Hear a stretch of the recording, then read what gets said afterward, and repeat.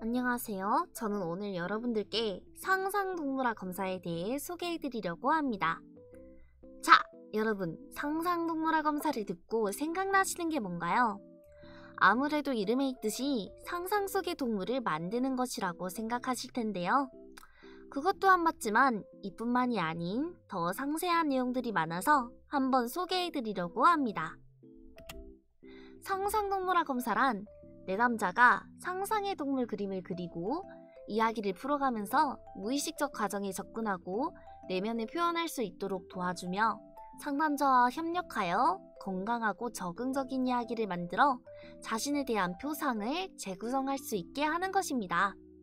핸들러가 고안한 투사적 그림 검사 기법이며 상호 스토리텔링 기법이 적용되었습니다. 또한 내담자의 자기 경험과 대인관계 및 치료관계, 예의와 애착 유형에 대한 정보를 제공하기도 합니다. 여기서 상호 스토리텔링이란 상담 중에 내담자와 상담자가 서로 활발하게 상호작용하면서 의사소통하는 것을 말합니다. 자, 여러분, 핸들러가 어떤 계기로 검사를 개발하게 되었는지 궁금해하실 것 같아 제가 그 검사 개발 배경에 대해서도 설명해 드리도록 하겠습니다. 상상동물학 검사는 핸들러가 한 소녀를 상담하던 중에 개발되게 되었는데요. 핸들러가 스키글 게임을 이용하여 불안하고 철수되어 있던 5살 소녀를 상담하던 중 우연하게 직관적으로 상상의 동물을 그려보라는 지시를 하게 되었습니다. 그런데 놀랍게도 상담 중 잘 반응하지 않던 소녀는 원으로 된 고리를 그린 뒤 그 안에 점을 찍어 동물 하나를 그려 넣었습니다.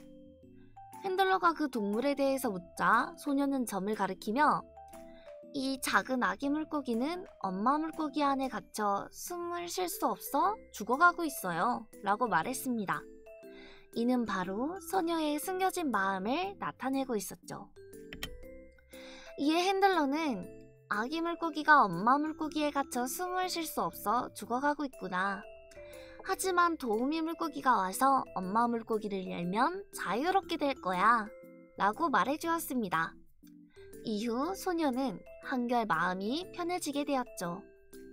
다음 애기의 소녀는 지난 애기 때 그린 원고리에 구멍을 뚫어 아기 물고기가 자유롭게 헤엄쳐 나오는 모습을 그렸습니다.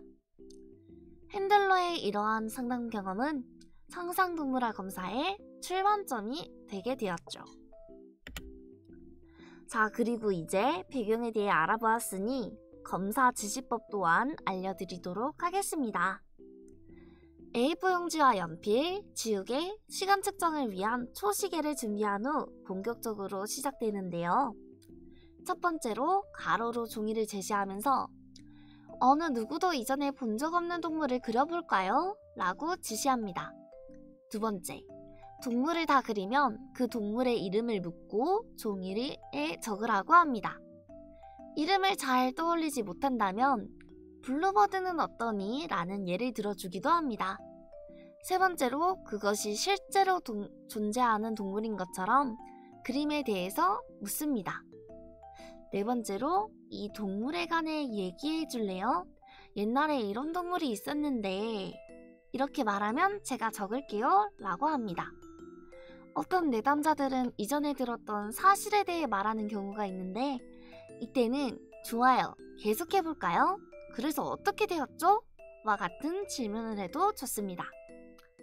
다섯 번째, 마지막으로 내담자의 이야기를 들은 후 제가 이 동물에 대해 안 것을 살펴볼까요? 라며 재진술을 합니다.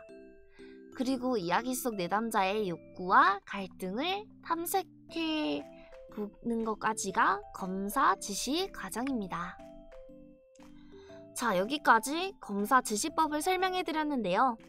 이러한 검사가 어떤 특징을 가지고 있는지 또한 소개해 드리도록 하겠습니다. 첫째, 내담자의 무의식적 욕구나 갈등, 자기 및 대인 표상이 잘 드러납니다. 둘째, 내담자는 상담자와의 상호 스토리텔링을 통해 내면에 숨겨진 욕구와 갈등을 의식화하고 그와 관련된 정서적 불편감을 정화시킬 수 있습니다.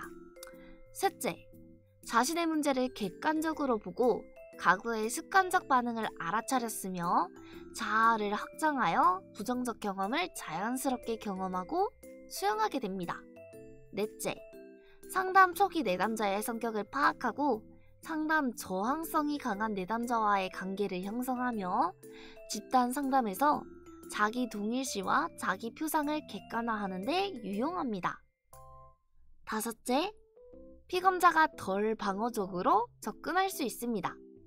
마지막으로 단일 회귀 상담에서 내담자의 핵심 감정과 욕구를 빠르고 정확하게 파악하며 종단적 비교를 통해 상담 효과를 확인하는 도구로서 유용하게 됩니다.